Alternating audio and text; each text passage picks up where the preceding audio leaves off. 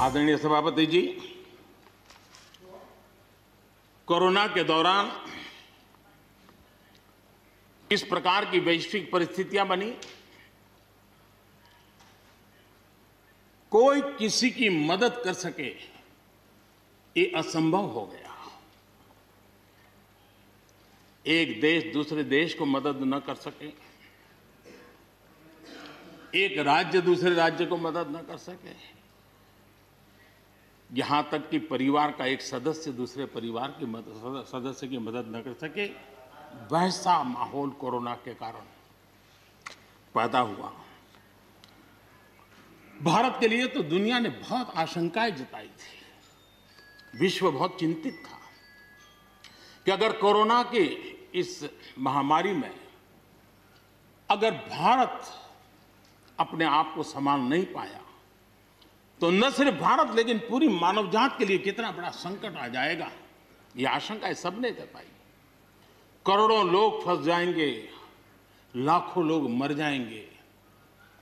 हमारे यहां भी डराने के लिए भरपूर बातें भी हुई। अरे ये क्यों हुआ, ये मेरा सवाल नहीं है, क्योंकि एक अननोन एनिमी क्या कर सकता है किसी को अंदाज नहीं था। हर एक ने अपने अपने तरीके से आकलन किया था, लेकिन भारत ने अपने देश के नागरिकों की रक्षा करने के लिए एक अननोन एनिमी से, और जिसकी कोई पूर्व परंपरा नहीं थी कि ऐसी चीज को ऐसे डील किया जा सकता है, इसके लिए ये प्रोटोकॉल हो सकता, कुछ पता नहीं था। एक नए तरीके से, नए सोच के साथ हर किसी को चलना था। हो सकता है कुछ विद्वान सामर्थ्यवान लोग, उनको कुछ और विचार हो सकता है, लेकिन था ये कि एक अननोन एनिमी था और हमें रास्ते भी खोजने थे, रास्ते बनाने भी थे और लोगों को बचाना भी था।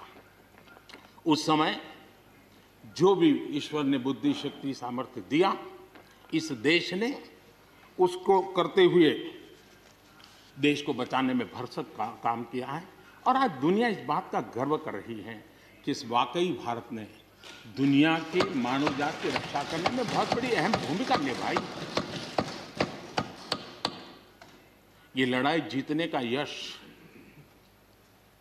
किसी सरकार को नहीं जाता है,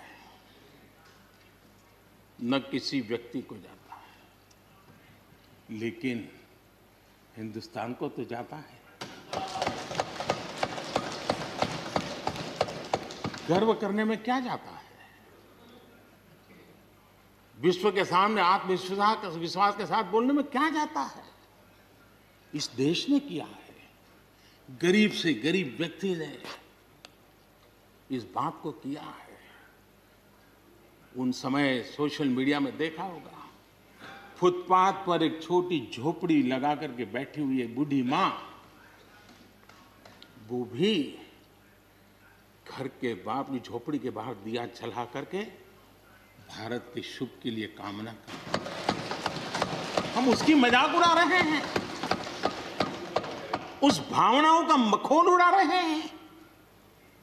समय है, जिसने कभी स्कूल का दरवाजा नहीं देखा था, उसके मन में भी देश के लिए जो भी दिया जला करके भी देश की सेवा कर सकता हूं तो करूं, इस भाव से किया था। और उसने देश में एक सामूहिक शक्ति का जागरण किया था, अपनी शक्ति का, सामर्थ्य का परिचय करवाया था। लेकिन उसकी भी मजाक उड़ाने में मजा आ रहा है। विरोध करने के लिए कितने मुद्दे हैं जी, और करना भी चाहिए, लेकिन ऐसी बातों में न उलझे जो देश के मनोबल को तोड़ते हैं, जो देश के सामर्थ्य को नीचा आंकते हैं। इससे कभी लाभ नहीं होता है। हमारे कोरोना वॉरियर्स, हमारे फ्रंटलाइन वर्कर्स, आप कल्पना कर सकते हैं जी, जब चारों तरफ भाई कहीं किसी से कोरोना आ जाएगा तो ऐसे समय ड्यूटी करना, अपनी जिम्मेवारियों को निभाना, ये छोटी चीजें नहीं है। इसका गर्व करना चाहिए, उनका आदर करना चाहिए। और इन सब के प्रयासों का परिणाम है कि देश ने आज ये करके दिखाया। हम जरा भूतकाल की तरफ देखें, ये आलोचना के लिए नहीं है, उन स्थितियों को हमने जिया है। कभी चेचक की बात होती थी, कितना भय फैल जाता था, पोलियो कितना डरावना लगता था, उसकी वैक्सीन पाने के लिए क्या क्या मेहनत करनी पड़ती थी, कितनी तकलीफें उठानी पड़ती थी, मिलेगा कब मिलेगा, कितना मिलेगा, कैसे मिलेगा, कैसे लगाएंगे, एक दिन हमने बिताए हैं। ऐसी स्थिति में उन दिनों को अगर याद करें तो पता चलेगा कि आज जिनको थर्ड वर्ल्ड कंट्रीज में गिना जाता है, वो देश मानव जात के कल्याण के लिए वैक्सीन लेकर के आ जाए। इतने कम समय में मिशन मोड में हमारे वैज्ञानिक भी जुटे रहे। ये मानव जात के इतिहास में भारत के योगदान एक गौरवपूर्ण गाथा है। इसका हम गौरव करें और उसी में से एक नए आत्मविश्वास की प्रेरणा भी जगती है। हमने उस नए आत्मविश्वास की प्रेरणा को जगाने के ऐसे प्रयासों को आज देश गर्व कर सकता है कि दुनिया का सबसे बड़ा टीकाकरण अभियान इसी मेरे देश में चल रहा है।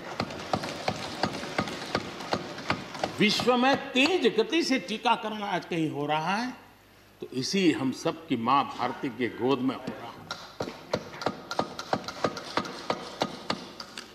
और भारत का ये सामर्थ्य कहां नहीं पहुंचा है। आज कोरोना ने भारत को दुनिया के साथ रिश्तों में एक नई ताकत दी है। जब शुरुआत में कौन सी दवाई काम करेगी, वैक्सीन नहीं थी, तो सारा विश्व का ध्यान भारत की दवाइयों पर गया।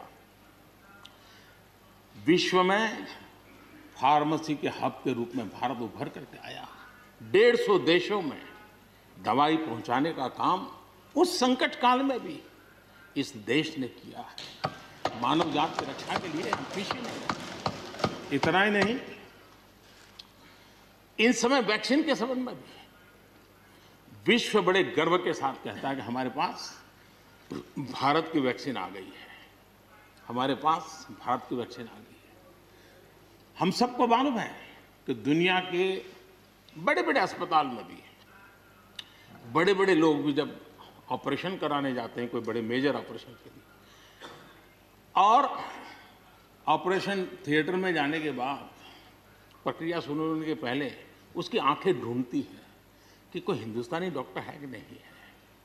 और जैसे ही एकाध टीम के अंदर एकाध भी हिंदुस्तानी डॉक्टर दिखता है ना, उसका विश्वास हो जाता है अब ऑपरेशन।